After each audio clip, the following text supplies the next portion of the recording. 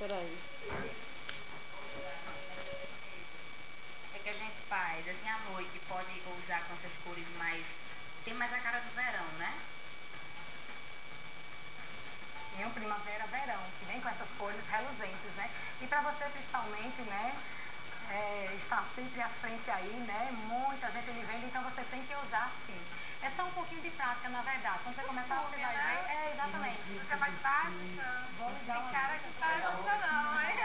O olho escuro, gosto mais de Muito legal. posição no escuro.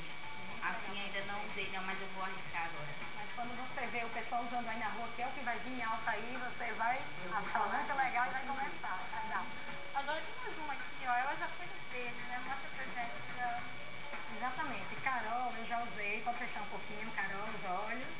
Isso. Eu já coloquei uma cor mais reluzente no canto interno do olho e já coloquei um tonzinho mais escuro, fazendo o côncavo, né?